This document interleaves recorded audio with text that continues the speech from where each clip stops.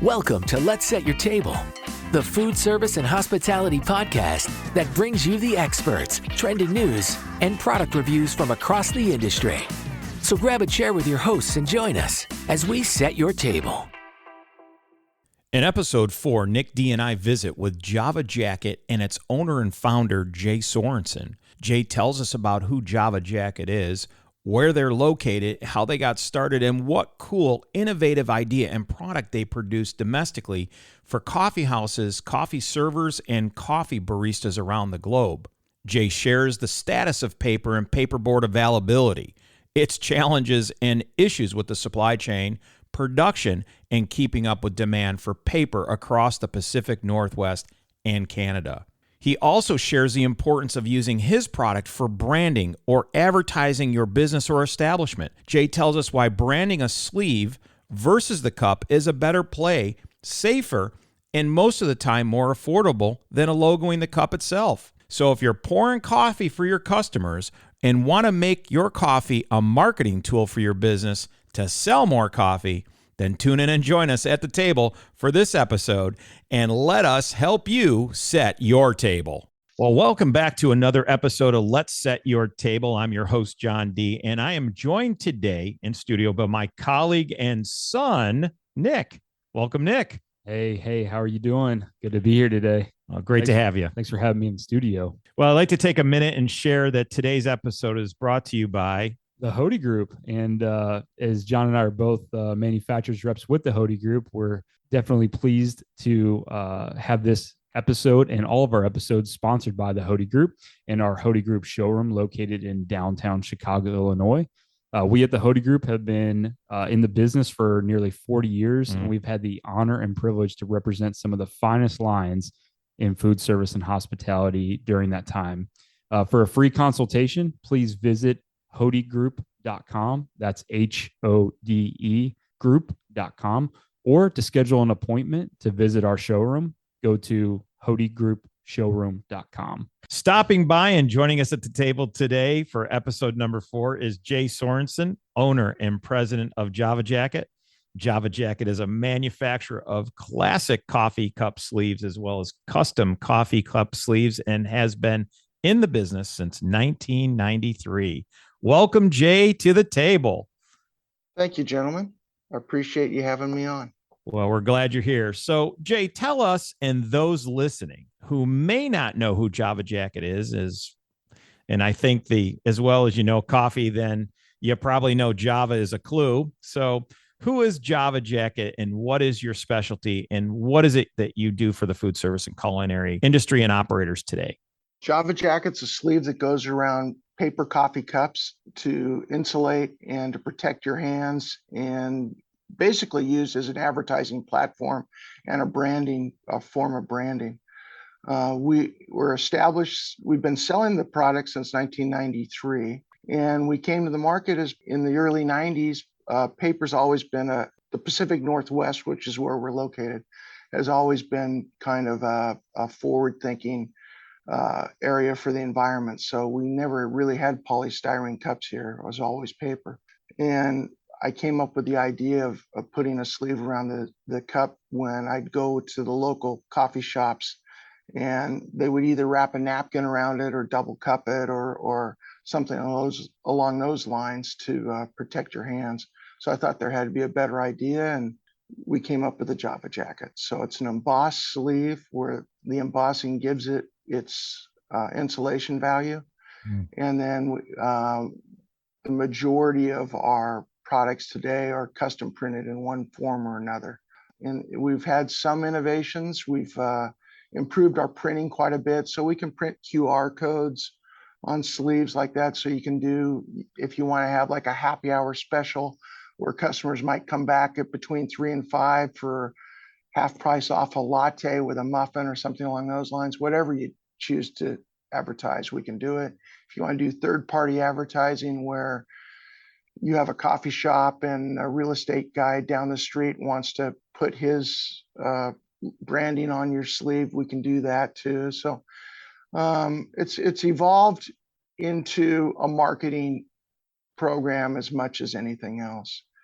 That's sounds like it. Yeah. and that's really important today, for that marketing message. And a lot of operators, because of the involvement of social media, between tagging businesses or restaurants or gas stations or anything like that, they're trying to get that brand out there all the time. So I think this is just so needed in our industry.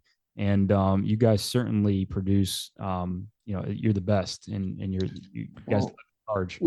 we try. People can brand their own cups, which I certainly wouldn't discourage it. But the difference is that we have two sleeves that basically fit 8 through 24 ounce. A smaller sleeve that fits an 8 ounce and a standard 10 ounce, and a larger sleeve that fits 12, 16, 20, and in some cases 24 ounce sleeves. So when people are talking about either branding their cups or branding their sleeves, in most cases, if they're going to do with branded cups, they have to buy 25 to 50,000 of each size. And so that's a lot of warehouse space, a lot of financial commitment. Whereas if they go with a branded sleeve, then that one sleeve will fit 80% of what they do, 12, 16, 20 ounce. And you only have to have one size, and it's basically a pallet of a product. And it's just easier. And then the last thing you want to do is to brand your cup and then cover it up with a sleeve. So that's kind of our sales pitch as far as whether you go with a standard cup and a branded sleeve or vice versa. Okay. So Jay, you produce your sleeves with paper, obviously, or paperboard, or both. Correct. Maybe you can help me understand that. But what is the status of paper? We're hearing horror stories out there, given the supply chain issues. Can you tell us and update us on how hard is it to get paper today? It's been challenging. For us, we make the sleeves out of basically 80% of what we do is out of two forms of paper. One is basically chipboard or liner board, which is, there's more of that out there in the market. The others are white sleeve, which is the same. It's made out of SBS board or standard milk carton stock, which is what is used to make paper cups.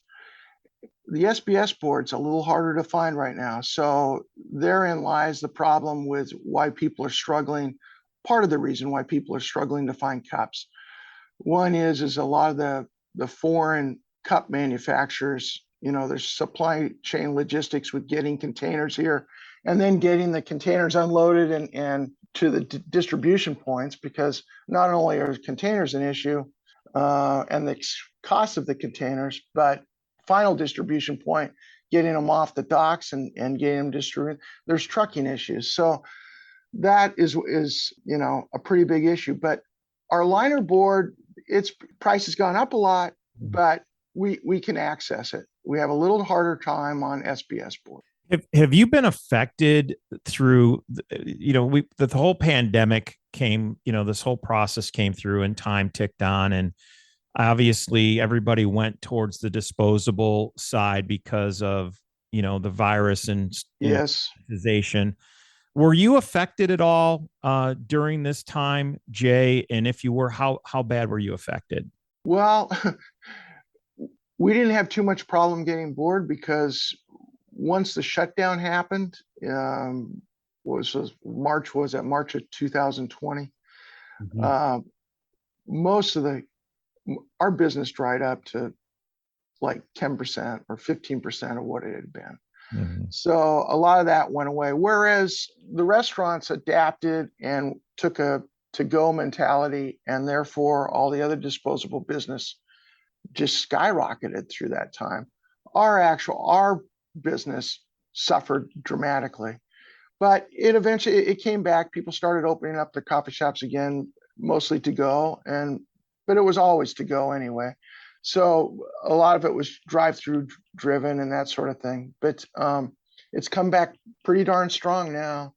And what's helped us is that we were fighting imports from Asia. We're all domestically produced. We produce all of our sleeves in North America, whether it be in the United States. We also produce in Canada for Canada sales and some of our US sales. So we don't have any issues getting it in from Asia. And a lot of it was coming in from Asia. And like I said, a lot of the cups were too. And that's been a real challenge for people. I'm not sure if people are struggling getting cups. All I can do is say is you have to have strong relationships with whoever your vendors are. In most cases, the cup people, it's through distribution. So cup manufacturers typically won't sell direct. So all I can say is check your sources, check your with your reps, and make sure you're with a distributor that has, can access that product on a continual basis.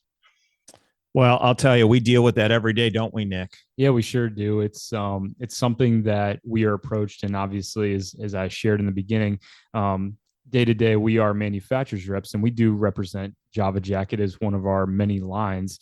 But I think something that we get approached on often is the cup question, and especially in 2022, post COVID, we have experienced a big change in the availability from certain providers, and a lot of our operators are approaching the distribution reps and asking, we don't care what it costs, we want it. And I believe, as operators listening, Java Jacket could serve a real need, to where in this day and age, there are limited options for companies that offer printed cups. So this could be just a good solution. And we definitely consider that when we talk to operators and saying, have you considered just going with a stock color cup and then wrapping it with a branded sleeve?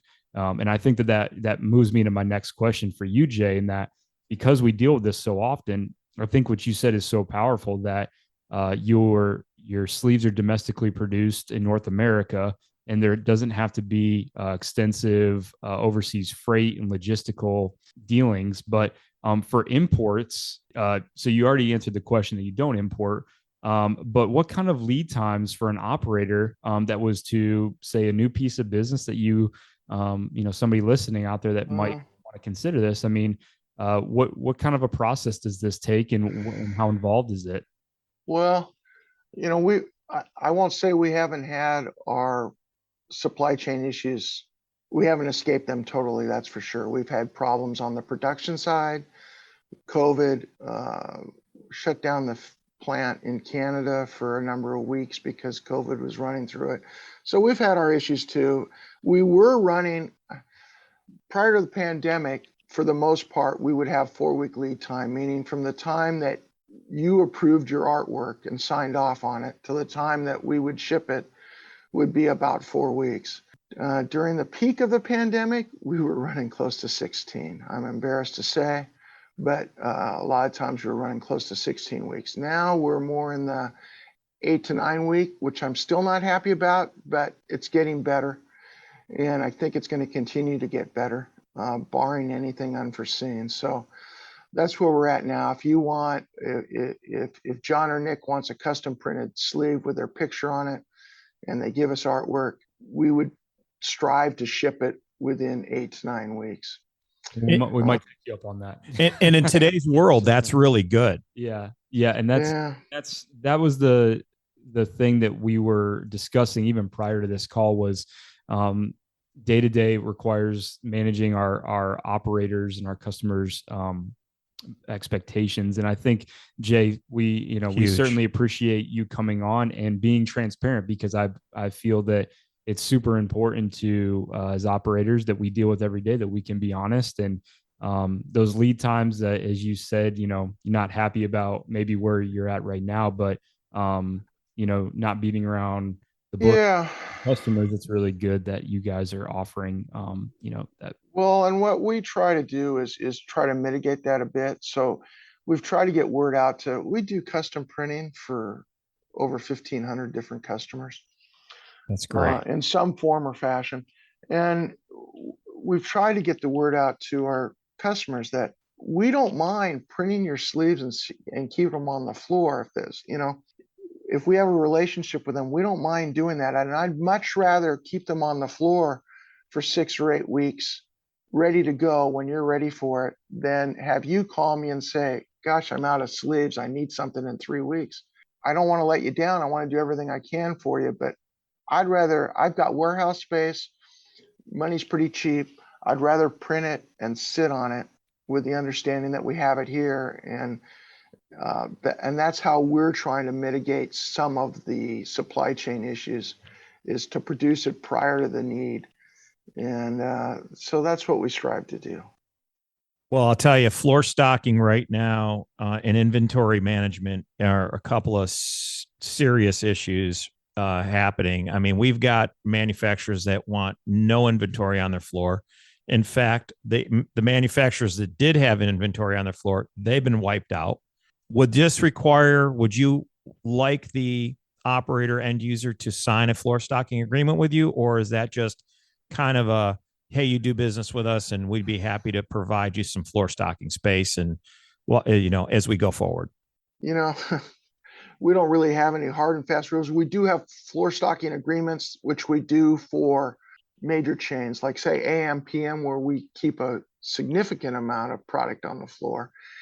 And basically, is what it says is we trust you to take the product, but you have to realize that you can't make an art change until you agree to take what the stock that we have on the floor. So at any given time for, like, say AM, PM, we might have 3,000 cases on the floor. And so that might be 6 weeks inventory for them. And so we do have an agreement.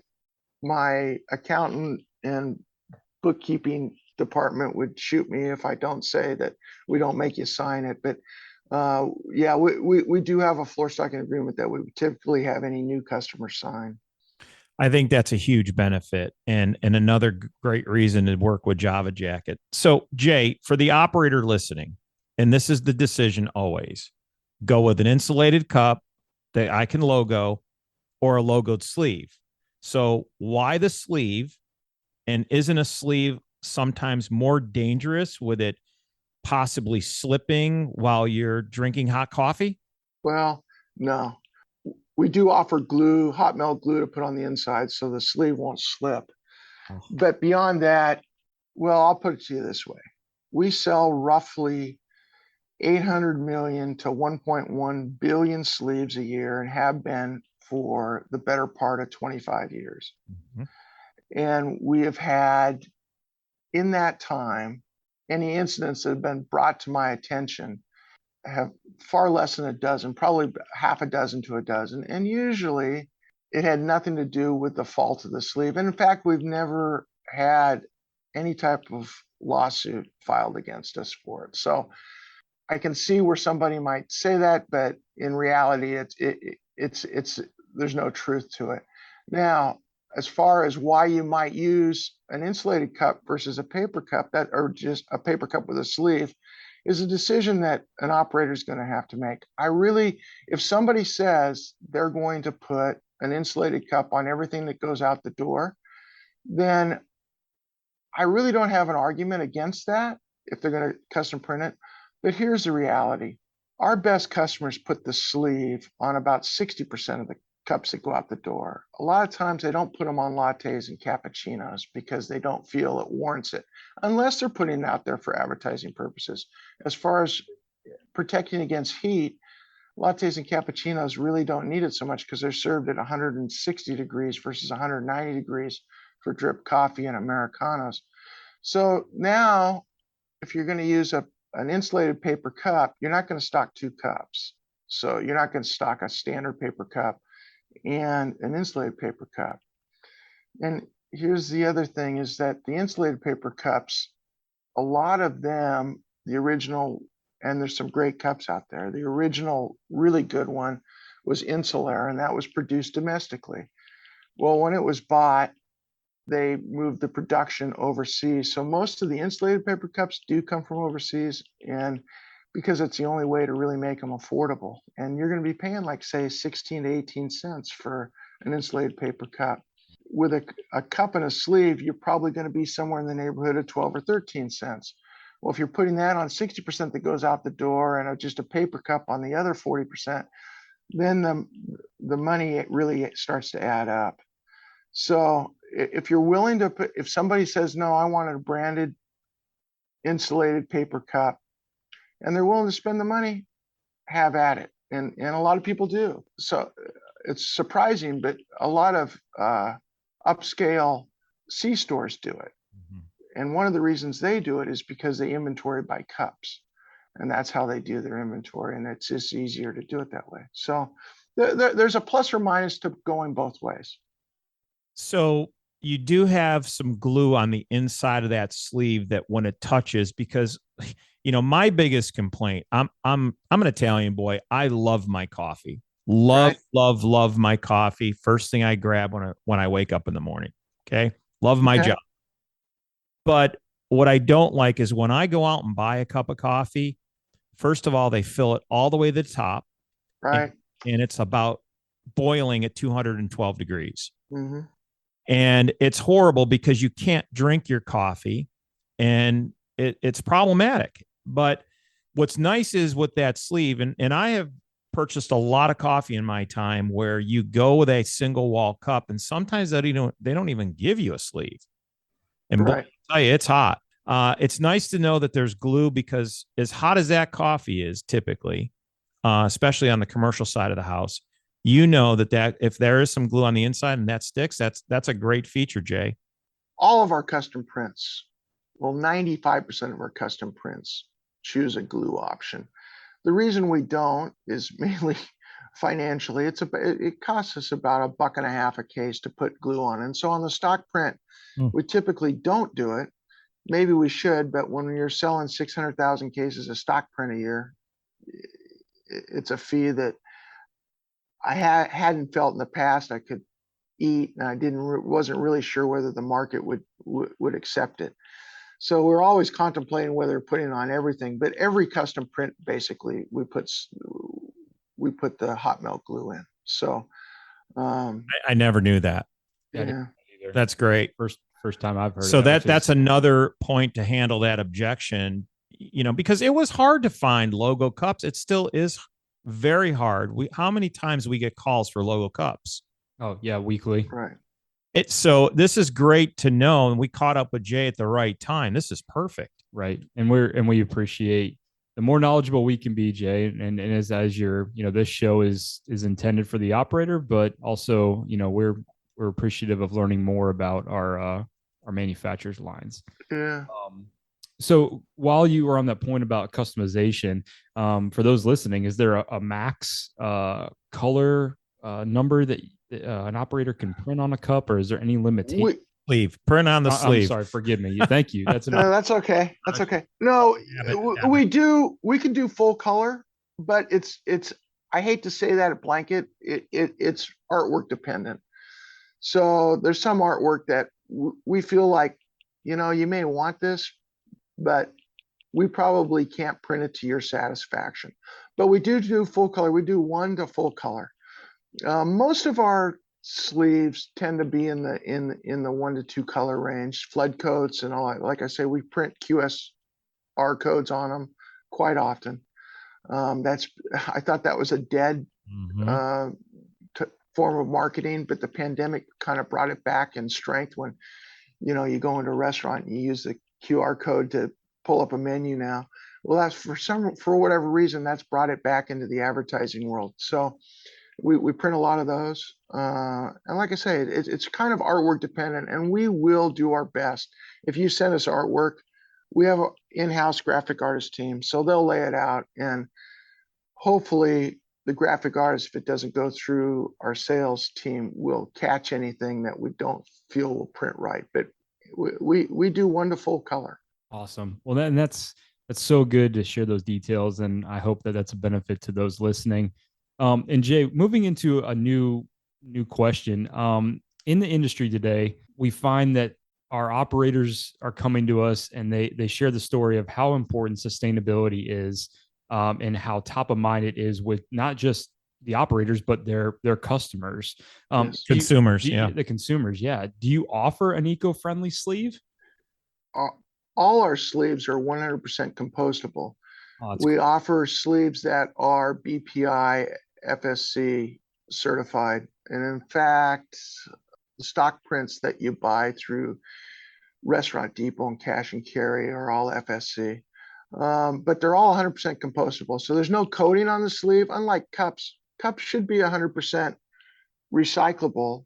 Mhm. They're not 100% compostable because they have a lining on them, and in most cases. And ours are 100% compostable. So they're recyclable and compostable. And that's the main thing, is that because a lot of times, even if it is recyclable, it's not recycled. Correct. But in our case, if it ends up going to the garbage, it's going to decompose in the whether it be in a landfill or recycling deal within 60 days anyway. So Well, and I think the other benefit here with a company like Java Jacket is you are a USA made manufacturer, which is awesome. yes, sir. And boy, have we learned through this pandemic how important that is. Certainly have. Yeah. I mean, I've been approached by many manufacturers from overseas over the years, and I've just steadfastly held that if that's what we have to go to be financially competitive, then we're going to shut the business down, because I just feel very strongly that we're going to make it domestically one way or another. And hopefully the quality of the product will outshine. Plus, not only the quality of the product, the quality of the service that we're able to give by doing that is important to people.